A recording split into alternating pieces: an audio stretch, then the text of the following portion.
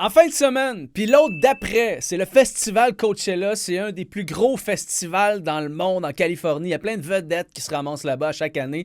Puis ce qui est le fun de ce festival-là, c'est que c'est diffusé en live au grand complet sur YouTube. Moi, à chaque année, je me fais un petit rendez-vous. Je regarde quelques bands, quelques artistes de là, c'est clair. C'est parfait pour découvrir des affaires, pour voir comment vos artistes préférés sonnent en show, pour préparer la saison des festivals, parce que ça tombe toujours en avril, puis l'été s'en vient bientôt. Mais cette année, en plus, gros nom au festival Coachella.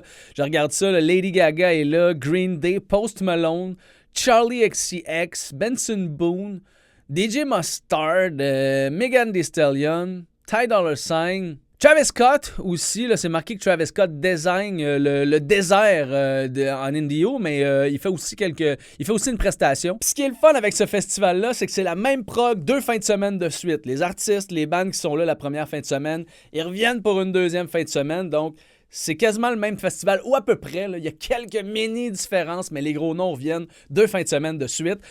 Et sur YouTube, tu peux regarder toutes les shows, tous les artistes. Tu peux voir 6 scènes, 8, je pense qu'il y a 8 scènes à ce festival-là. Tu peux avoir 6 sur YouTube. Tu choisis celle que tu veux, puis il y a la principale, là, genre les gros noms, c'est sûr que vous pouvez les voir. Là. Donc, tu choisis celle que tu veux. Et il y a des shows là, de 1h l'après-midi à 1h le matin. Ça roule intense, back-to-back les shows. Puis là, il faut faire attention un peu, là, parce qu'en Californie, je pense qu'il y a comme un genre de 3 heures de décalage. Donc, watchez ça, là, les horaires, je me suis déjà fait avoir. Mais c'est gratuit sur YouTube, ce festival-là. Puis c'est pas filmé boboche de loin, t'entends du monde parler. Là. C'est plein d'angles de caméra, des shots de drone, les plus gros noms de la musique. Moi, mettons, cette année, vous me demandez, mettons, là, qui j'ai hâte de voir au festival Coachella. Post Malone, certain, parce que je l'ai vu au FEC l'année passée, puis c'était fou, mais là, il est rendu dans le country. Il a pas fait tant de tunes de country l'année passée au FEC, puis ça a fait mon affaire. DJ Mustard, mais hâte de voir qu'est-ce qu'il va proposer.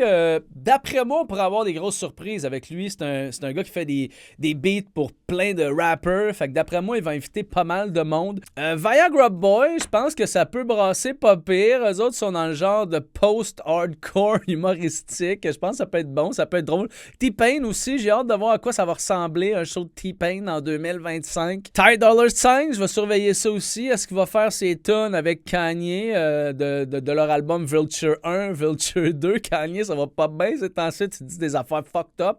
C'est un de mes artistes préférés Kanye, mais habituellement, j'arrive à le défendre. Là, il est plus défendable, Kanye, mais bon, ben hâte de voir ça. Puis, je me demande d'ailleurs pourquoi le FEC fait pas ça. Tu sais, le fait qu'il est sold out en 2 heures, il annonce la prog, ils sortent les billets 2 heures après, il n'y en a plus.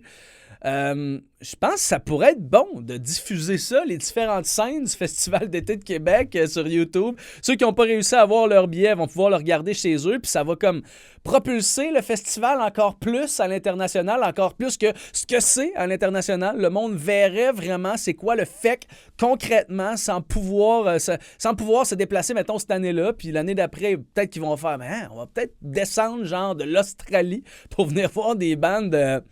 Venir voir des bandes au Festival d'été de Québec, c'est plein, tu sais, puis ça apporterait une méchante belle visibilité pour nos artistes québécois. Si je rencontre Louis Bellavance du festival cet été, j'y demanderai s'il a déjà pensé à ça. Ça se peut, là, je travaille à Énergie, puis cet été, l'été, on est amené beaucoup à travailler au FEC, puis je le croise une couple de fois, fait que j'y demanderai la question. N'oubliez pas de liker, de partager et de vous abonner à ma page YouTube Musique Moins. Merci.